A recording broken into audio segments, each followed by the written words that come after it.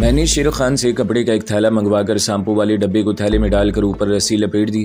दोपहर को खाना खाने के बाद हम सब सो गए। रात को हमें बड़े अहम कमांडो मिशन पर जाना था। हम शाम तक सोए रहे। शाम को चाय पी और अपनी अपनी ऑटोमेटिक पिस्तौलों को चेक करके इनमें नए मैगजीन डाले। रात के 9 बजे हमने खाना खाया। इसकी वर्दियाँ पहन ली। तय ये हुआ कि एक कमांडो पार्टी में मेरे साथ कमांडो खालिद होगा और दूसरी कमांडो पार्टी में मुजाहिद कासिम के साथ हारून होगा। कासिम इस पार्टी यानी हारून को गाइड करेगा। जब रात को पूरे 12 बज गए तो खालिद ने शेर खान को इशारा किया। वो बाहर की फिजा की देखभाल को निकल गया। थोड़ी देर बाद वापस आ गया और बोला, ओके कमांडर, सब ठीक है। हमने अपनी अपनी जगह घड़ियाँ मिला ली। हम में से हर एक के पास एक एक चाकू और एक एक ऑटोमेटिक पिस्तौल था जिसकी नाली पर साइलेंसर चढ़ा हुआ था। हम स्याह जैकेट और पतलूनों में थे। अंधेरे में हमें देखना मुश्किल था।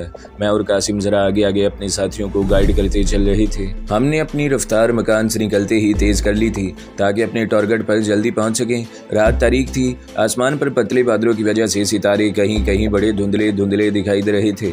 हवा बंद थी। कासिम कहने लगा, खुदा करे कहीं बारिश न हो जाए। कमांडो खालिद ने आसमान की तरफ देखकर कहा, ये बादल बारिश वाले नहीं हैं। मुझे और कासिम को सारा रास्ता याद था। हम 1 घंटे में इन पहाड़ियों के दामन में ऐसी जगह पहुंच गए जहां जवार भाटा की समुद्री लहरों का पानी जगह जगह नशीबी इलाके में भरा हुआ था।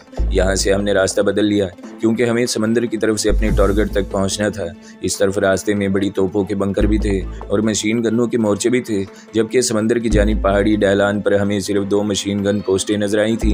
हमें सिर्फ इन गन पोस्टों और गश्ती पेट्रोल के सिपाहियों से अपने आप को बचाना था।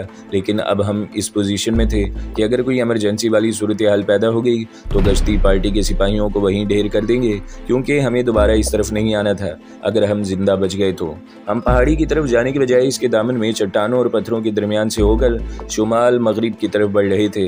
जिस तरफ समंदर का साहिल था हमें इसी तरफ से पहाड़ी पर चढ़ना था। इस तरफ गश्ती पार्टी के संतरियों का भी खतरा कम ही था क्योंकि यह इलाका गन पोस्ट से काफ़ी दूर था। ज़मीन रेतली शुरू हो गई थी जहाँ कहीं कहीं समंदर का पानी खड़ा था। मैं दिल में दुआ मांग रहा था कि बारिश ना शुरू हो जाए। बारिश हमारे मिशन की राह में रुकावटें डाल सकती थी। मैंने शैम्पू वाला थैला अपनी कमर के गिर्द रस्सी से बांधा हुआ था। इन शैम्पू से मुझे वो काम लेना था जो हम नहीं कर सकते। अगर कर सकते थे तो इसमें कामयाबी के चांस बहुत कम थे। इसी तरह बेहद मोहतात रह रह कर चलते चलते आखिर हम इस मुकाम पर आ गए जहां हमारी एक जानिब संगलाख टीलों का सिलसिला शुरू हो गया था। यहाँ से हम चट्टानों की आड़ लेते ही साहिल समंदर की तरफ हो गए। थोड़ी दूर चलने के बाद हमें समंदर में दूर खड़े एक जहाज़ की धुंधली रोशनियाँ नजर आने लगी। हम बाएं जानिब मुड़ गए। 200 गज तक हम ऊंची नीची समुद्री चट्टानों के दरमियान फूंक फूंक कर कदम रखते हुए चलते गए। मैं और मुजाहिद कासिम आगे आगे थे क्योंकि हमें ये रास्ता याद था। कमांडो खालिद और कमांडो हारून हमारे पीछे पीछे आ रहे थे। हम इस पहाड़ी के दामन में आ गए जिसकी चोटी पर बड़ी लेज़र गन का मोर्चा था। यहाँ आकर हम अंधेरे में बैठ गए। मैंने अपनी पार्टी से धीमी आवाज़ में कहा, यहाँ से हमारे टारगेट का असल और ख़तरनाक इलाका शुरू हो रहा है। 200 गज की चढ़ाई के बाद हम दो की टोलियों में एक दूसरे से अलग हो जाएंगे। अब हम आपस में कोई बातचीत नहीं करेंगे। सारी बातें इशारों में होंगी। जब हम अलग अलग हो जाएंगे तो इसके बाद हमें कीड़े मकोड़ों की तरह पहाड़ी चढ़ाई पर रेंगना होगा। ऑटोमेटिक पिस्तौल के फायर से गुरेज करना होगा। इंतहाई ज़रूरत के वक्त ही कमांडो चाकू से काम लेना होगा। खांसी छींक को हर हालत में रोकना होगा। ओके। हमने अल्लाह का नाम लेकर पहाड़ी के ढलान पर चढ़ना शुरू कर दिया। हम रात की तारीकी में पत्थरों पर पाँव जमा जमा कर चल रहे थे। अभी चढ़ाई सीधी और मुश्किल नहीं थी। जब हम तकरीबन 200-250 गज का फासला तय कर चुके तो मुजाहिद कासिम ने एक तरफ इशारा किया। इस तरफ थोड़े थोड़े फासले पर 2 जगह से ज़मीन उभरी हुई थी। मैं और मुजाहिद कासिम ने पहचान लिया था कि दुश्मन की मशीन गन पोस्टें थी। मैंने ये मोर्चे दूर से कमांडो खालिद को भी दिखाए और इसके कान में सरगोशी की, तुम्हें और हारून को इन मशीन गन मोर्चों से बहुत चौकस रहकर गुजरना होगा। यहाँ से तुम रेंग कर आगे बढ़ोगे। फिर मैंने ऊपर पहाड़ी की चोटी की तरफ इशारा किया। ऊपर एक जगह हल्की हल्की रोशनी बाहर निकल रही थी। मैंने कमांडो खालिद को रोशनी का वो सपाट दिखाया और सरगोशी में कहा, यह बड़ी लेजर तोप के बंकर की रोशनी है। कासिम और हारून इस शुगाफ की दूसरी जानिब से नमूदार होंगे। मैं और तुम इस तरफ से जाएंगे। बंकर के शुगाफ पर पहुंचकर तुम लोग सिर्फ हमें अपने चेहरे दिखाओगे। इसके बाद जब मैं इशारा करूंगा तो तुम बंकर के अंदर कूद पड़ोगे। मेरे इशारे के बगैर तुम दुम सादे वहीं बैठे रहोगे। ओके। कमांडो खालिद ने सरगोशी में कहा, ओके गो। इस मुकाम से हमारी कमांडो पार्टी दो दो की टोलियों में बट गई। मुजाहिद कासिम कमांडो हारून को लेकर दूसरी तरफ अंधेरे में गायब हो गया। मैं और कमांडो खालिद पहाड़ी की अपनी तरफ वाली ढलान पर आहिस्ता आहिस्ता ऊपर चढ़ने लगे। इस जानिब गश्ती संतरियों के पेट्रोल का अंदेशा नहीं था। इस इलाके को हमने इसलिए मुंतखब किया था, यहाँ दुश्मन ने सिर्फ 2 गन मोर्चे ही काफ़ी समझे थे। आहिस्ता आहिस्ता पहाड़ी की चढ़ाई सीधी होती गई, फिर बैठकर और झुककर चढ़ाई चढ़ना मुश्किल हो गया। हम पेट के बल रेंगने लगे। सबसे ज़्यादा एहतियात हमें ये करनी पड़ रही थी कि हमारे जिस्मों से दब कर लग कर कोई पत्थर नीचे न लुढ़क जाए। हम बहुत आहिस्ता आहिस्ता रेंग रहे थे। मैं कमांडो खालिद का गाइड भी था। मैं इसे इसी रास्ते से लेकर जा रहा था जिस रास्ते से मैं और कासिम एक रात पहले रैकी कर चुके थे। हम काफ़ी ऊपर आ गए। समंदर की तरफ से लहरों के पत्थरों और चट्टानों से टकराने की आवाज़ बड़ी मदम सुनाई दे रही थी। कमांडो चाकू हमने अपने अपने हाथों में पकड़ रखे थे।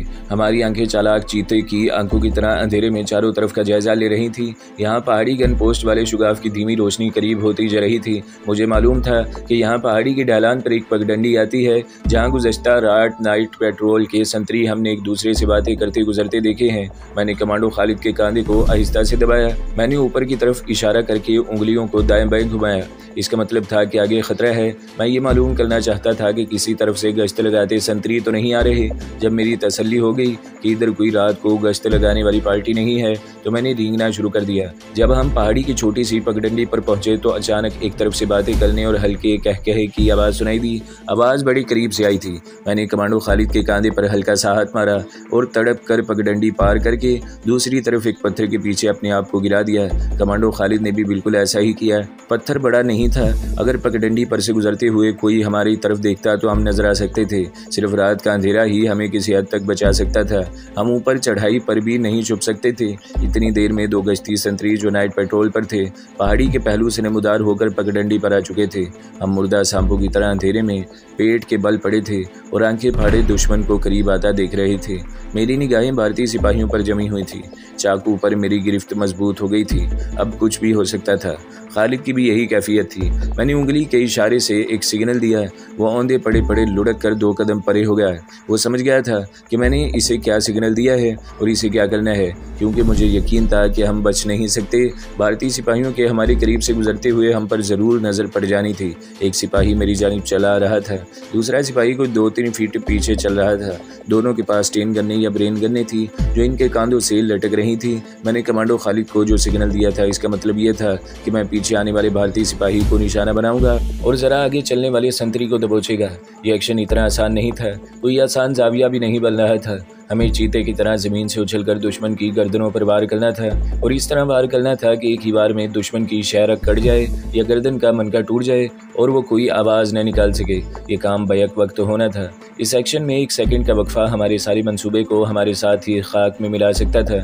पहाड़ी की ये पगडंडी चूँकि ज़्यादा चौड़ी नहीं थी, इसलिए लामुहाला दोनों संतरियों को एक दूसरे के पीछे चलना पड़ रहा था। वो बड़ी बेनियाजी और खुशगवार मूड में चले आ रहे थे और किसी वक्त बातें भी करने लगते थे। मेरी निगाहें पीछे आने वाले संतरी पर जम गई थी। जैसे ही यह संतरी हमारे करीब से गुजरे, इनमें से जो आगे था इसने अंधेरे में कमांडो खालिद को देख लिया और पूछा, कौन हो? ये हमारी खुशकिस्मती और खुशनसीबी थी कि इस अनाड़ी भारतीय सिपाही ने कमांडो खालिद पर फायर नहीं किया था। हालांकि जिस किस्म के नाजुक और हसास इलाके में वो पेट्रोलिंग ड्यूटी पर था, इसका तकाजा था कि वो अंधेरे में किसी इंसान को देखते ही फायर कर दे, मगर इसने ऐसा नहीं किया था। बल्कि वो ऊंची आवाज़ में बोल भी नहीं सकता था। अगर वो फौजियों की तरह बुलंद आवाज़ में बोलता तो डर था कि करीबी मशीन गन पोस्ट तक इसकी आवाज़ पहुँच जाती और वो लोग अलर्ट हो जाते या मशीन गन की बौछारें मारने लगते और रोशनी के राउंड भी फायर कर देते, जिनकी रोशनी में हम साफ नजर आ सकते थे। मगर इस नातजुर्बाकार भारतीय सिपाही ने ऐसा भी नहीं किया। मैं वो गलती करने की हालत में नहीं था जो इस सिपाही ने की थी। इससे पहले कि भारतीय संतरी का जुमला पूरा होता, मैं इस पर और कमांडो खालिद दूसरे संतरी पर छलांग लगा चुका था। छलांग लगाना, गर्दन को शिकंजे में लेना और दुश्मन के हलक पर पूरी ताकत से चाकू फेरना, ये तीनों काम एक ही एक्शन में हो गए थे। कमांडो खालिद ने भी अपनी जद में आए हुए भारतीय सिपाहियों को कोई आवाज़ निकालने की मोहलत नहीं दी थी। मुझे इसका डर था क्योंकि वो फौजी कमांडो नहीं था। इसको फौजी कमांडो ट्रेनिंग नहीं मिली थी, फिर भी इसने कमाल कर दिखाया। दूसरे लम्हे दोनों भारतीय सिपाहियों की लाशें रात के अंधेरे में पहाड़ी पगडंडी पर औंधी पड़ी थी। हमने जल्दी से इन लाशों को घसीट कर पत्थरों और चट्टानों के पीछे कर लिया। यहाँ से वो देखे नहीं जा सकते थे। हम इस काम से फारिग होकर बेदम से होकर ढलान जमीन पर औंधे पड़ गए थे। हमारे सांस फूल रहे थे। मैंने कमांडो खालिद को ऊपर तोप के मोर्चे के शुगाफ में से आती रोशनी की तरफ इशारा करके आगे बढ़ने का सिग्नल दिया। हम ऊपर की तरफ रेंगने लगे। आहिस्ता आहिस्ता मोर्चे के शुगाफ की रोशनी करीब आती जा रही थी। मेरा जहन अपनी दूसरी कमांडो पार्टी की तरफ भी लगा था। सबसे ज़्यादा खतरा मशीन गन के मोर्चों का था, जहां अपने दोनों साथियों को बड़े करीब से होकर गुजरना था। लेकिन कासिम कमांडो हारून के साथ था, इसलिए मुझे थोड़ा बहुत इत्मीनान था। मुजाहिद कासिम इस जगह के सारे नशीबो फराज से वाकिफ था। अभी तक इस तरफ कोई खतरनाक सूरत हाल पैदा नहीं हुई थी, वरना मशीन गनों के धमाके सुनाई देने लग जाते और रोशनी राउंड फायर होकर सारे इलाके में दिन की रोशनी कर देते। हम कन खजूरों की तरह रेंगते हुए तोप के मोर्चे के दहाने के बिल्कुल करीब पहुंचकर वहीं दबक कर बैठ गए। हम दम साधे बैठे थे और हमारे कान शुगाफ के अंदर से आने वाली टिक टिक की आवाज़ पर लगे थे। ये कंप्यूटर की आवाज़ थी। कोई शख्स कंप्यूटर पर काम कर रहा था। शुगाफ में से रोशनी बाहर आ रही थी। हम अंधेरे में पहाड़ी दीवार की ओट में थे। मैंने कमांडो खालिद को वहीं दुब के रहने का इशारा कर दिया और ख़ुद आहिस्तगी से सर को ऊंचा किया और शुगाफ के दहाने से अंदर बंकर में देखा। बंकर में ख़तरनाक लेज़र गन अपनी फौलादी बाईपॉड पर किसी अफरियत की तरह दिखाई दे रही थी। बंकर में रोशनी हो रही थी। सामने वाले पैनल पर एक बावर्दी सिपाही कंप्यूटर के आगे बैठा काम कर रहा था। इसके अलावा वहाँ कोई नहीं था। मैं सर नीचे करने ही लगा था कि तोप के पीछे से 2 भारतीय सिपाही अंदर आ गए। मैंने जल्दी से सर नीचे कर लिया। अंदर से बातें करने की आवाज़ें आने लगी। कुछ समझ में नहीं आ रहा था। कमांडो खालिद खरगोश की तरह दबक कर अंधेरे में पत्थरों से लगा हुआ था। इसने मुझे जल्दी से नीचे होते देखा और मोर्चे के अंदर से आवाज़ें आती सुनी तो समझ गया कि खतरा सर पर मंडला रहा है। इसने मेरी तरफ देखा। अंधेरे में इसकी आंखें चीते की आंखों की तरह चमक रही थी। मैंने आहिस्ता से कमर के साथ बंधा हुआ सांपों के जोड़े का थैला उतार दिया। दोनों जहरीले सांप डालडा के डब्बे में बंद थे। डब्बा बाहर निकाल कर मैंने दोनों हाथों में पकड़ लिया। इन सांपों को मैंने इसी नाक घड़ी के लिए पकड़ा था। कमांडो खालिद ज़रूर इस वक्त मुझे हैरान आंखों से देख रहा था, लेकिन इस वक्त मैं इसे नहीं देख रहा था। मेरी सारी तवज्जो ऊपर मोर्चे से आने वाली आवाज़ों की तरफ लगी हुई थी। मुझे सिगरेट के तंबाकू की बू महसूस हुई। मोर्चे के अंदर किसी ने सिगरेट सुलगा लिया था। मैं आहिस्ता आहिस्ता अपने सर को ऊपर खिसकाने लगा। फिर जब सिर्फ मेरी आंखें बंकर के दहाने के किनारों से ऊपर हुई तो मुझे वहाँ जो मंजर नजर आया वो ये था।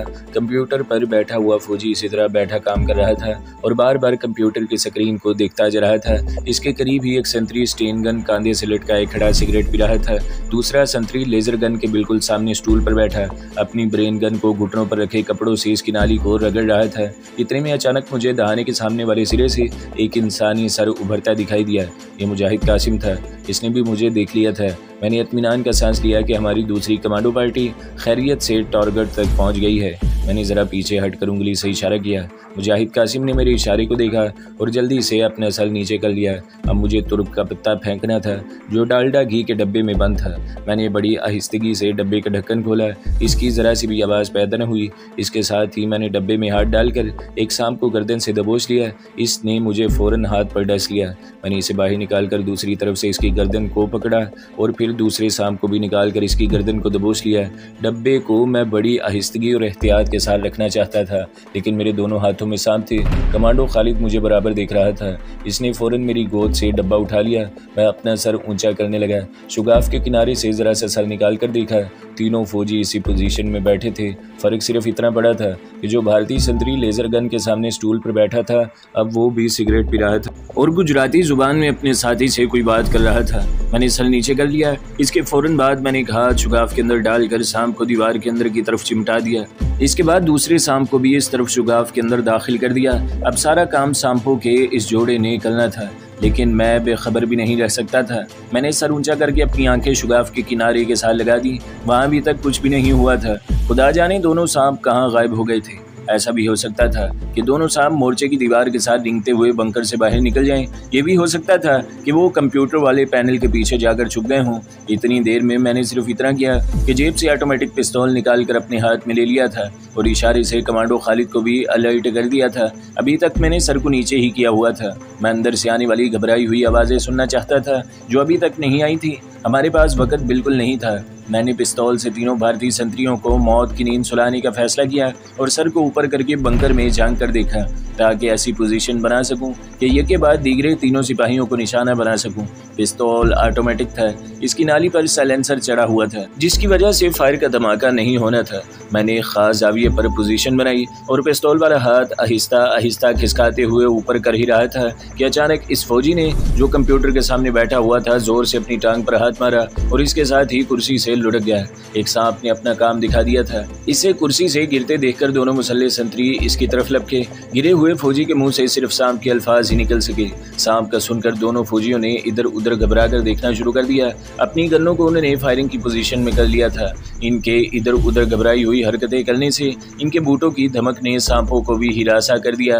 दोनों सांप वहीं थे और शायद एक को डसने के बाद वो छुपने के लिए कोई जगह तलाश कर रहे थे कि फौजियों के शोर और इनके भारी जूतों की आवाज़ से वो घबरा गए और अपनी जान बचाने के लिए उन्होंने इन संतरियों को भी डस दिया। अजीब मंजर सामने आया। वो मंजर आज भी मेरी आंखों के सामने है। दोनों फौजी दहशतनाक अंदाज में सांप सांप की आवाज़ें निकालने लगे।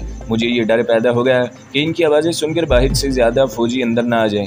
लेकिन लगता था कि रात के वक्त सिर्फ वो दोनों सिपाही ही ड्यूटी पर थे। दोनों फौजी चकराकर एक दूसरे के ऊपर ढेर हो गए। मुझे मालूम था कि ये सांप बड़े जहरीले थे। खुद सांप बन जाने की वजह से मुझे सांपों के बारे में इतना कुछ मालूम हो चुका था कि इतना इल्म पुराने से पुराने सपेरे के पास भी नहीं था। कलर सांप का जहर भी सबसे पहले आदमी के गले की रगों को मफलूज करता है और इसकी आवाज़ बंद हो जाती है। यही हाल इन तीनों भारतीय फौजियों का हुआ था। जैसे ही वो गिरे, मैंने मोर्चे के दहाने के दूसरे किनारे की तरफ देखा। कमांडो कासिम सर ऊपर किए हुए था और इसने तीनों भारतीय फौजियों को गिरते देख लिया था। जैसे ही मैंने इसे इशारा किया, वो मोर्चे की दीवार पर चढ़कर अंदर कूद गया। इसके साथ ही हारून भी अंदर आ गया। मैं और कमांडो खालिद भी मोर्चे में बड़े आराम से कूदकर अंदर आ गए। मैंने इन्हें सांपों से होशियार रहने का इशारा भी कर दिया था। मैं खुद बंकर के पीछे की तरफ खिसकने लगा। मैं ये देखना चाहता था कि इस तरफ कोई फौजी पोस्ट तो नहीं है, ताकि अगर हो तो इसके संतरियों को भी ख़त्म कर दिया जाए, ताकि हम अपना काम शुरू कर सकें। पीछे एक दरवाज़ा बना हुआ था। मैंने इसे ज़रा सा खोलकर दूसरी तरफ देखा। दूसरी तरफ एक छोटा सहन था, जिसके कोने पर एक बैरक सी बनी हुई थी। वहाँ खामोशी छाई हुई थी। मैं दरवाज़ा बंद करने लगा तो मुझे दोनों सांप फर्श पर नजर आए। वो दरवाजे की तरफ आ रहे थे। मैंने थोड़ा सा दरवाज़ा खोल दिया। दोनों सांप बाहर निकल गए। मैंने मुजाहिद कासिम को इशारा करके बुलाया और सरगोशी में कहा कि वो दरवाजे को थोड़ा सा खोलकर बाहर देखता रहे कि अगर कोई सिपाही इधर आ रहा है तो हमें फ़ौरन खबरदार कर दे। इस काम से फारिग होकर मैं तेज़ कदम उठाता अपने साथियों के पास आ गया। ताकतवर टाइम बमों का एक थैला मुजाहिद कासिम और कमांडो हारून लाए थे। एक थैला कमांडो खालिद अपनी पुश्त पर बांध कर लाया था। मैंने खालिद से कहा, टाइम बम फ़ौरन बाहर निकाल लें। कमांडो हारून ने भारतीय फौजियों की लाशें देखते हुए कहा, पिस्तौल के फायर की आवाज़ हमने नहीं सुनी थी। इनको कैसे ख़त्म किया है? कमांडो खालिद बोला, इन सांपों ने डसकर हलाक किया है, जो करमदार डब्बे में बंद करके लाया था। ये एक्शन भी मैंने पहले कभी नहीं देखा था। हमने जल्दी जल्दी टाइम बमों के पैक लगाने शुरू कर दिए। ज़्यादा बम हमने लेज़र गन पर और इसके बाईपॉड के नीचे और पहलुओं पर लगाए। बाईपॉड फौलादी था, जिसकी वजह से बम इसके साथ आसानी से चिपक गए। अचानक दरवाजे की दुर्ज के पास खड़े कासिम ने मुंह से हल्की सी सिसकी की आवाज़ निकालकर हमें बताया कि बाहर से 2 सिपाही अंदर आ रहे हैं। इसके साथ ही वो दरवाजे की एक जानिब खड़ा हो गया। मैंने कमांडो खालिद को इशारा किया। वो दरवाजे की दूसरी जानिब दीवार के बिल्कुल साथ लग गया। मैं और कमांडो हारून लेज़र गन के दाएं और बाएं लोहे की ऊंची अलमारियों की ओट में हो गए। इस वक्त वहाँ सूरत हाल ये थी कि अगर दोनों सिपाही बंकर में दाखिल हो जाते तो इन्हें लेज़र गन और बाईपॉड पर लगी हुई लंबी स्टिकों वाले टाइम बम सिर्फ नज़र आ सकते थे। इनके अलावा 3 भारतीय सिपाहियों की लाशें भी दरमियान में इसी तरह पड़ी थी। मैंने कमांडो खालिद और कासिम को इशारा किया कि दोनों सिपाही जिंदा हालत में अंदर न आए। दरवाजे के बाहर दोनों सिपाहियों ने किसी बात पर कहकहा लगाया। हम होशियार हो गए। इनके भारी जूतों की आवाज़ करीब आ गई। फिर बाहर से उन्होंने दरवाज़ा अंदर को धकेला और अंदर आ गए। जैसे ही वो अंदर दाखिल हुए, एक तरफ से मुजाहिद कासिम ने और दूसरी जानिब कमांडो खालिद ने इन पर हमला कर दिया और दोनों की गर्दनों को अपने बाजुओं के शिकंजे में लेकर 3-4 इतने शदीद झटके दिए कि इनके जिस्म लटक गए। ये जनूबी हिंद के धान पान सिपाही थे। वो तो पहले झटकों में ही ख़त्म हो गए थे और इनकी गर्दनों के मनके टूट चुके थे। मैंने कमांडो हारून से कहा, तुम दरवाजे के बाहर पोजीशन लेकर लेट जाओ, कोई और संतरी भी आ सकता है। इसने ऐसा ही किया। मैंने और खालिद ने जल्दी जल्दी 6-7 बाकी बचे हुए टाइम बम रेडार की पेंसिल के नीचे चस्पा कर दिए। हमारा काम ख़त्म हो चुका था। कमांडो खालिद ने कहा, करमदाद एक बार फिर चेक कर लो। मैंने झुककर तमाम चिपके हुए बमों का जायजा लिया और बारी बारी सबके सेफ्टी पिन ओपन कर दिए। इन टाइम बमों ने रिमोट कंट्रोल का बटन दबाने पर एक साथ फटना था। ये क्लॉक बम नहीं थे जो टाइम देने पर फटते हैं, अगरचे हम इन्हें टाइम बम ही कहकर पुकारते हैं। ये बम बहुत ताकतवर बम थे और जंगी जहाज़ों की मोटी से मोटी फौलादी चादर को फाड़ डालते थे। मैंने खालिद से कहा, सब ठीक है, अब यहाँ से निकल चलो। मैंने सिस की आवाज़ से कमांडो हारून को अंदर बुला लिया। हमें अलग अलग जाने की ज़रूरत नहीं थी। हम गन पोस्ट के बंकर के शुगाफ में से एक साथ नीचे पहाड़ी ढलान पर उतर गए और हमारा वापसी का सफ़र शुरू हो गया। हम इस सीमत से वापस जा रहे थे जिधर दुश्मन की कोई मशीन गन पोस्ट नहीं थी। ये हमारा ख्याल था। हम चारों कमांडो बैठकर थोड़ा थोड़ा आगे खिसकते हुए पहाड़ी ढलान से नीचे उतर रहे थे। रिमोट कंट्रोल मैंने खालिद से ले लिया था और इसे अपनी जैकेट की जेब में रखा हुआ था। इसके एक सुरख बटन को दबाना था और लेज़र गन पोस्ट की पहाड़ी चोटी को धमाके से उड़ जाना था। हम एक दूसरे के पीछे ज़रा तिरछे होकर उतर रहे थे। हमारा लिबास काला था। रात के अंधेरे में हम नजर नहीं आते थे। चूँकि हम बैठकर उतराई उतर रहे थे, इसलिए इस बात का ख्याल रख रहे थे कि कोई पत्थर हमारे नीचे से फिसल कर लुढ़क न जाए। इसकी आवाज़ से सिक्योरिटी और मशीन गन मोर्चों के संतरी फायर खोल सकते थे। तो दोस्तों, अगली किस्त सुनने के लिए हमारे चैनल को ज़रूर सब्सक्राइब करें, वीडियो को लाइक करें और बेल के आइकन पर भी क्लिक कर दें ताकि हर जो आने वाली वीडियोस हैं वो आपको सबसे पहले मिलती रहें।